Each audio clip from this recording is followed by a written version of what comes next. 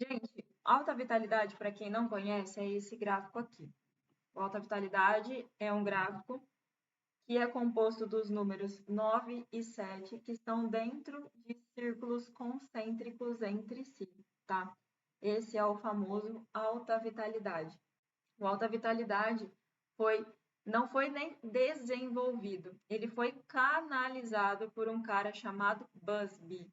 Não sei se você já ouviu falar, e eu também não sei dizer se exatamente é assim que se pronuncia, mas o nome dele era Busby.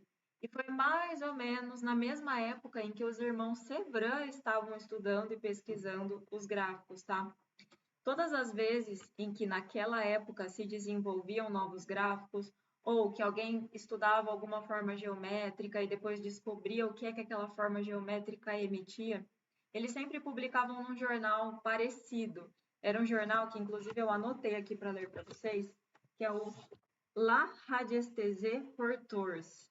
É um jornal europeu. Sempre que eles desenvolviam um gráfico novo ou estudavam formas geométricas e descobriam que aquela forma emitia algo, e aí, através de experimentos, eles entendiam o que é que aquela forma estava emitindo, eles acabavam publicando.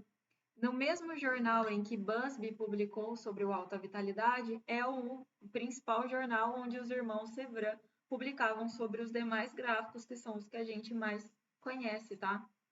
E olha como ele fala, eu vou até ler aqui para vocês, tá? O que ele fala quando ele publicou sobre o alta vitalidade em 1959. Ele diz assim, abre aspas, não tive a oportunidade até agora de vos manter ao corrente de todas as observações feitas pela acumulação e o emprego de certas energias. Detectei uma, sem dúvida, de origem cósmica que denominei de alta vitalidade, dados seus efeitos.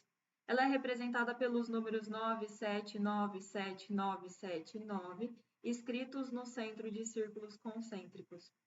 Minha técnica consiste em energizar pedras roladas do rio com a ajuda desse gráfico. Olha que louco que ele conta. Quando esse gráfico veio para ele, né, que ele diz assim, detectei, sem dúvida, algo de origem cósmica, que denominei de alta vitalidade.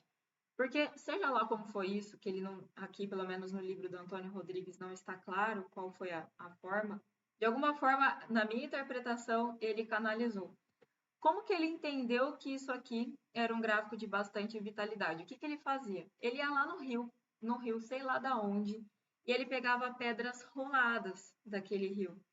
E ele começou a energizar essas pedras utilizando o alta vitalidade.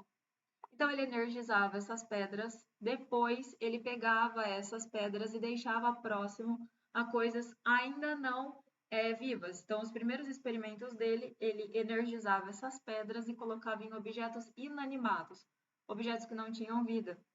Conta a história que ele chegou com uma pedra energizada através do alta vitalidade e colocou perto de uma casa que estava em construção. Depois ele mediu toda aquela casa que estava em construção e a casa inteira estava com energia cheia de alta vitalidade. Então ele conta exatamente isso. Se você energizar um objeto e encostar esse objeto numa parede, esse objeto vai energizar toda a casa. Aí você lê e você fala: caramba, sério isso? De acordo com os experimentos dele, sim. Depois ele fez exatamente isso com um jardim. Então ele pegou uma pedra rolada de rio, tá? Isso aqui é um cristal.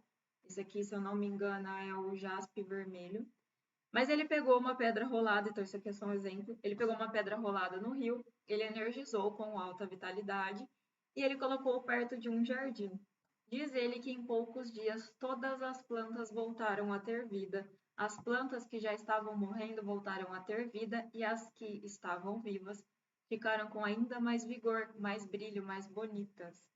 Baseado nisso, que ele o nomeou de alta vitalidade, porque o que quer que fosse que ele colocasse sob essa forma geométrica que ele considera algo divino, trazia bastante saúde. É uma história bastante interessante. Inclusive, nesse mesmo artigo, Busby fala o seguinte, que é uma das perguntas que vocês mais fazem para mim.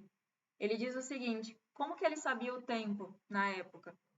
Pelo que ele conta no livro, ele não tinha relógio, tá? Sabe o relógio radiestésico que a gente usa para medir o tempo?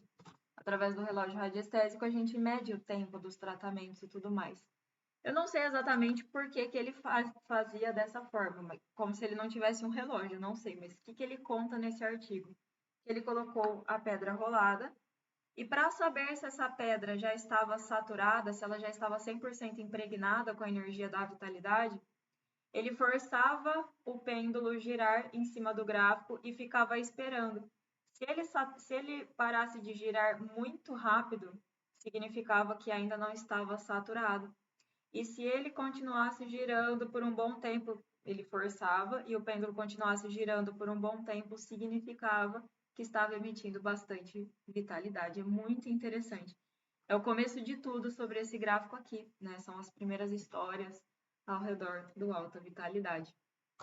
Ele é um dos meus gráficos preferidos e respondendo a quem me perguntou na caixinha do Instagram, se eu tivesse que escolher um gráfico, seria ele por vários motivos. E é justamente sobre isso que eu vou falar agora, né? Quais são essas 5 aplicações do Alta Vitalidade que podem transformar tanto a sua vida quanto a vida de outras pessoas